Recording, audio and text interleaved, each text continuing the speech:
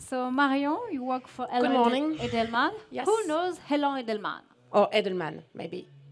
Okay, Yeah. that's better. So, can you tell us more about the Edelman Trust barometers? Yes, so good morning. We're here to talk about trust because there is no sustainable brand without trust, I guess. Maybe a word about Edelman first because I don't know if you know us. We are a global communications firm acting in 60 countries, and our job is to promote, evolve, and protect the brands and reputation of our clients. So the Edelman Trust Barometer has been created 19 years ago, and it became like a reference in the world regarding trust. It is presented every year at Davos, and it opens Davos. So I can say that it's really a very strong data and numbers on trust. Regarding the methodology, what you have to know is that every year we survey 33,000 people, informed population and mass population. So what is really interesting is to understand the big gap between... In how many countries? 28 countries. 28 countries. So this is trust, barometer at Edelman. Okay, so, and how would you define trust? Good question. Trust is, I would say trust is something really difficult to get. It's a day-to-day job. It has to be built, it has to be earned, it has to be constructed, and in a one-to-one relationship. Maybe I can tell a word about the history of building trust. We've seen three phases. The first one was when trust was vertical. Trust was built in a top-down relationship. So it's when we were all trusted, the institutions like such as governments or states. So these really, we were trusting the elites and these figures of power. Then we moved to another phase, which is trust became more vertical. This is a rise of social platforms. It was a rise of peer-to-peer communication, so trust really became more vertical. And then, so it was the second move. And then now we are entering a new move. The new one is that trust became local. So we all trust more local sources. What does it mean? It means, for example, my employer. I trust more my employer than companies at large. It means that we really trust people at the local level because we feel that we control a little bit more the relationship. But why? I don't know. Look at the Gilets jaunes in France. It's really interesting because it has all started in rond-point in cities. So it's really local. And look at the answer of Emmanuel Macron, our French president, with a big national debate. He really came to the cities and to the stadiums, I would say, with the mayors to rebuild trust. So this is a move we observe, and from a vertical to horizontal, and then now it's more local. We could also mention, I think, the Friday strikes from Greta Thunberg as well. Yeah, correct. It's very local, and especially for students and teenagers all around the world. Yeah, so now we feel that we trust more the mayor of your city rather than the president or the prime minister.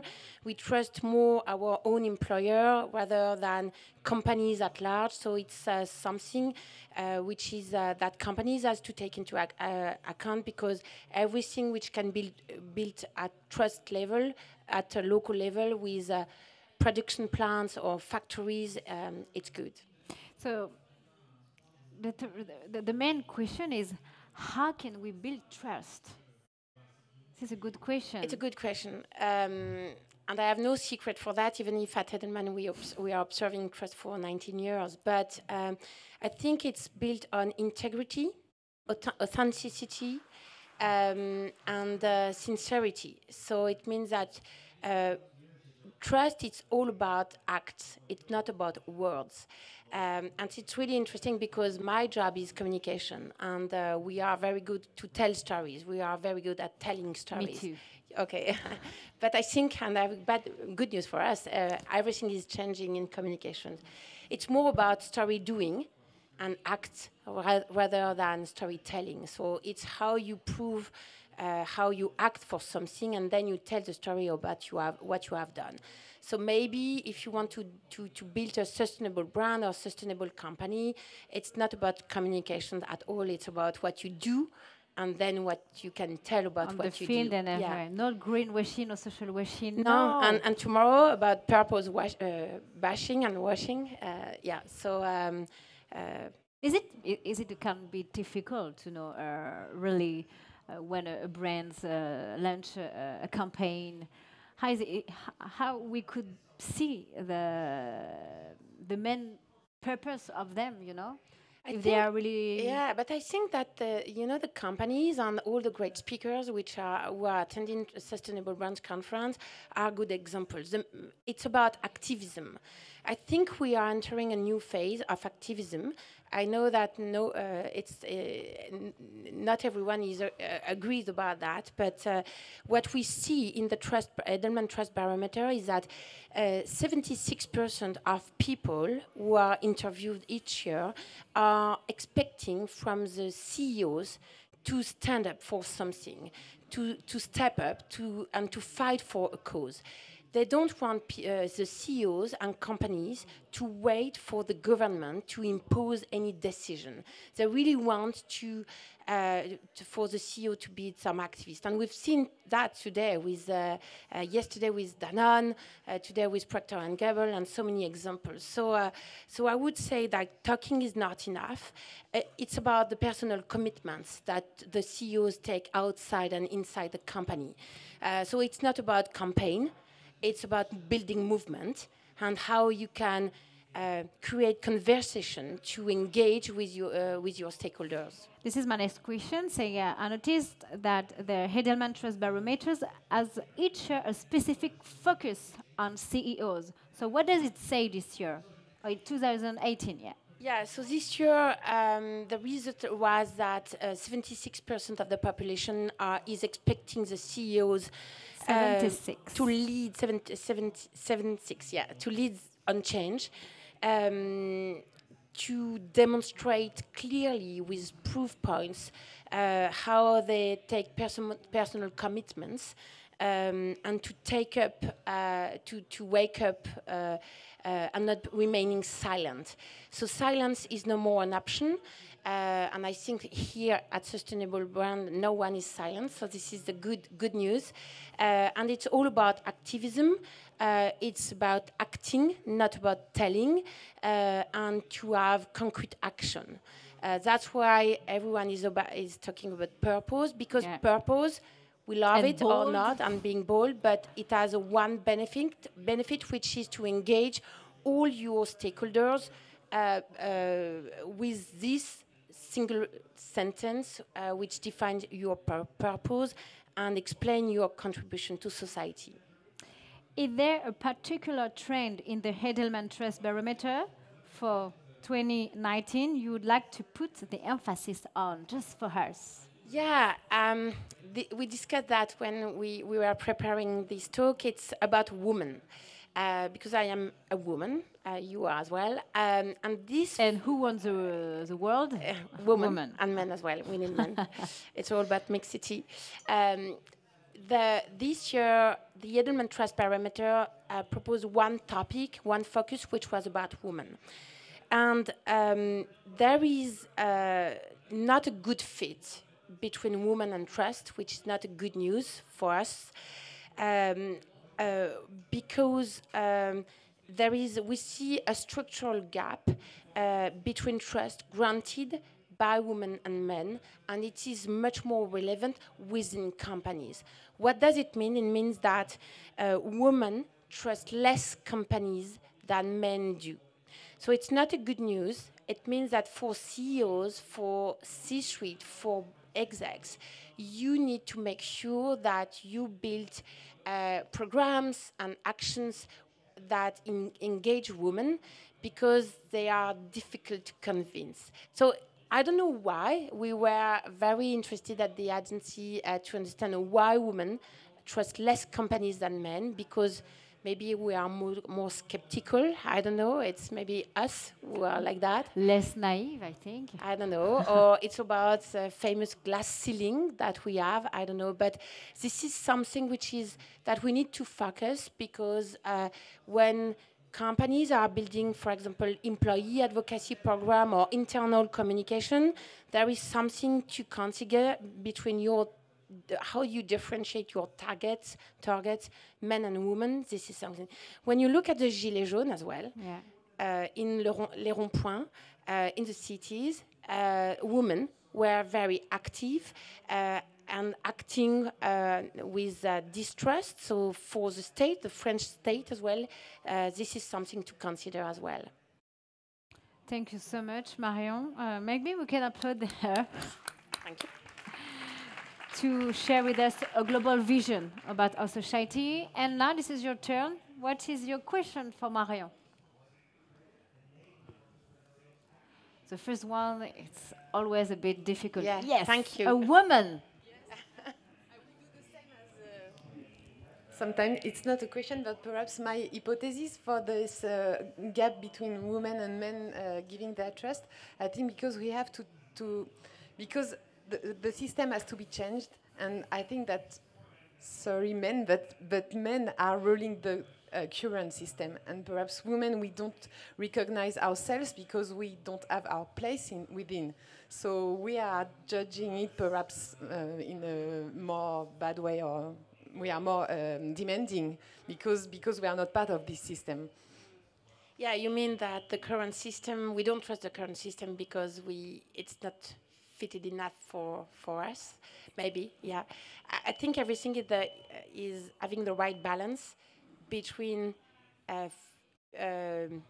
women values and men values. Is not, I think the right system, and the next one, I hope so, will be really balanced between the both sides. Hoping so. This is maybe something we can build. Thank you, yeah. Other questions? Yeah. Other women. This is a woman session. No, indeed. they are men. I don't hear them. Yeah. Hello. Hi. It's very interesting, thank you. Quick question. It's a bit scary. You've seen over the years, I read the Trust Barometer every time it comes out. When you see improvements in trust, although there's not very many, you probably have more access to that than in the report we see. What is it that companies have done to rebuild trust, and how long does it take? You may have a personal view or a research-based view. What is that journey? What do they need to do to rebuild trust? The first thing is, so thanks a lot for your question. The first thing is sharing a vision. Sometimes it's called a vision, sometimes it's called a purpose, sometimes, whatever the word, it's about being a visionary.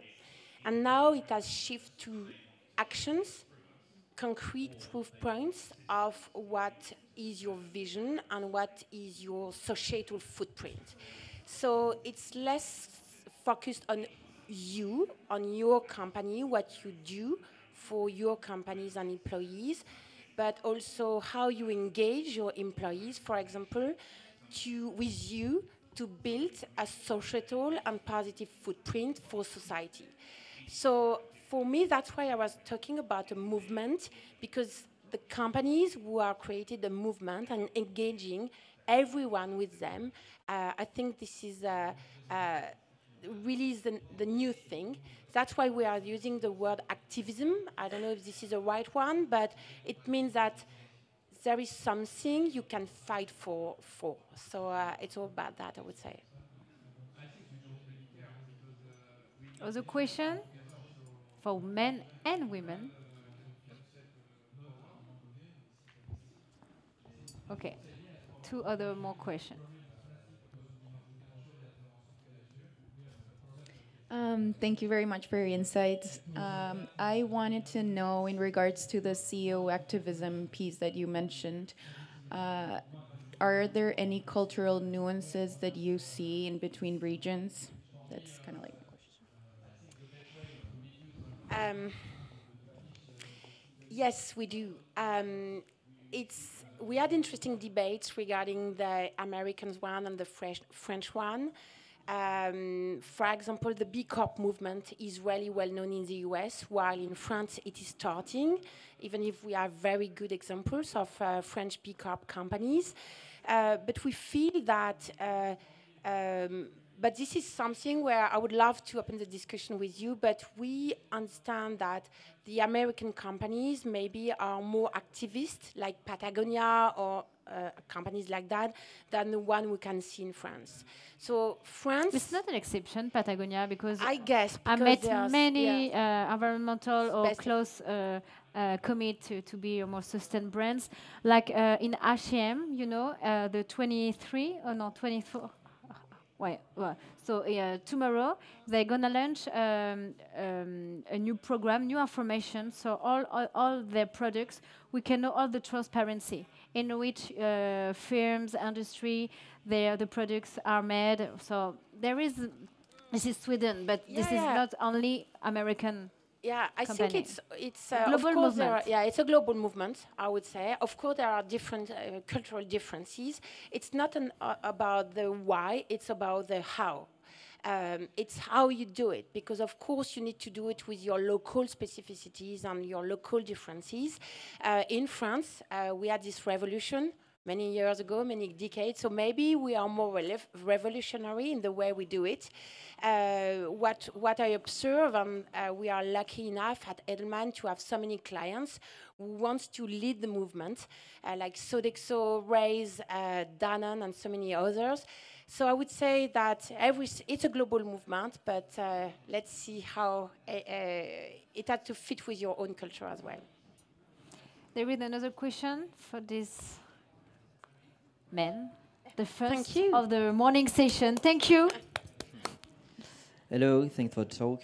I have a question. Is there a correlation between trust and attractivity? Because I'm thinking about all the big tech companies that have been lying to their employees, and like Facebook, Google, Amazon, etc., and remain the top attractive companies in the world. Do you think so? They still remain? Yes. People... it's difficult to recruit and attract talents if there is no trust, because there is a new deal, a new trust deal.